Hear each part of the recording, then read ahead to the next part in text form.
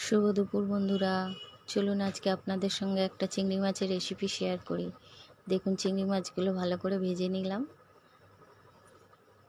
আর এটা একটা মশলা বেটে নিয়েছি। এর মধ্যে আছে সর্ষে, পোস্ত, কাঁচা লঙ্কা আর নারকেল আর নুন একসাথে বাটা আছে।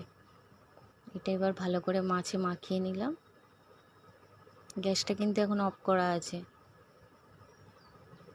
এর মধ্যে হলুদ দিলাম, কাঁচা সর্ষের তেল,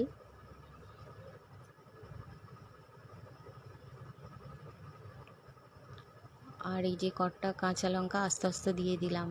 আর মশলার মধ্যে যখন বেটেছিলাম তখনও কিন্তু কাঁচা লঙ্কা দিয়েছিলাম। ওগুলো লাল কাঁচা লঙ্কা ছিল, তাই রঙটা এরকম হয়েছে। এই যে ভালো করে ফুটিয়ে নিলাম। একদম ভাপা বলতে গিয়ে কি, একদম পুরোপুরি চাপা দিতে হবে। দিয়ে এটা প্রেশার কুকারে করলে সব থেকে ভালো হয়। এই যে ফাইনাল লুক এটা এসছে। কেমন হয়েছে জানাবেন কিন্তু। আর আপনারাও অবশ্যই বাড়িতে কিন্তু একবার ট্রাই করে দেখবেন। গরম ভাতে কিন্তু দারুণ লাগে। টাটা।